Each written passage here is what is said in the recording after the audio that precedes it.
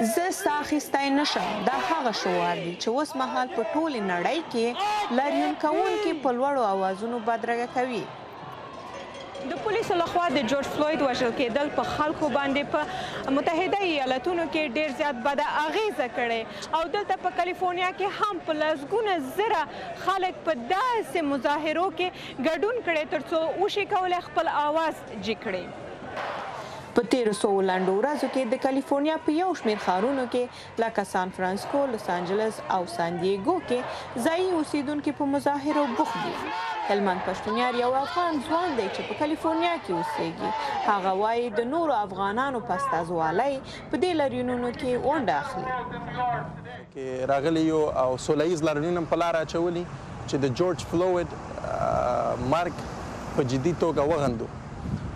زه خپله دلته راغلی یم د افغانانو په نمایندګي چې خپل غم دو سره شریک کړم او داسې د پولیس تشدد ته د پای ټکی کېږدو. که څه هم دا سوله ییزه لاریونونه دي خو بیا هم ګڼ شمېر بانکونه، دفترونه او نورو سیمه ییزو څانګو ته اور اچول شوی ده. سربیره پر دې ګڼ شمېر پلورنځایونه هم لوټ شوي دي. تیره شپه دا ودانۍ چې بانک وه دا یې وسوځوله او هلته چې بله ودانۍ ده هغه هم بانک و چې څنګه تاسو ګورئ چې یوازې لوحه یې پاتې ده او ودانۍ سوځول شوې ده.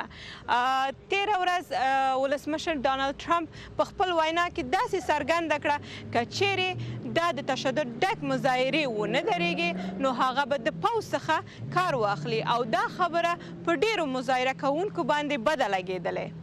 هلمند پښتونیار وایي د دغو لاریون کوونکو هدف سوله ییز دی نه د تشدد رامنځته کول، خو ځینې نور مغرض کسان شته دی چې هغوی غواړي چې له دغو لاریونونو څخه ناوړې ګټې پورته کړي او تاوتریخوالی رامنځته کوي او د امریکا د متحده ایالتونو ولسمشر باید د سوله ییزو لاریونونو ملاتړ وکړي، نه سپکوئ.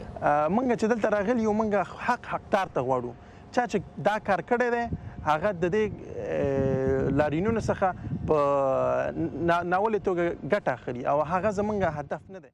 په تیرو څو لنډو ورځو کې په جنوبي کالیفورنیا کې څه باندې 4,000 ځایي اوسیدونکي په لاریونونو کې د ګډون له امله د دولت له خوا څخه نیول شوي دي. دا ځکه چې یادو کسانو په لاریونونو کې له تشدد څخه کار اخیستی و.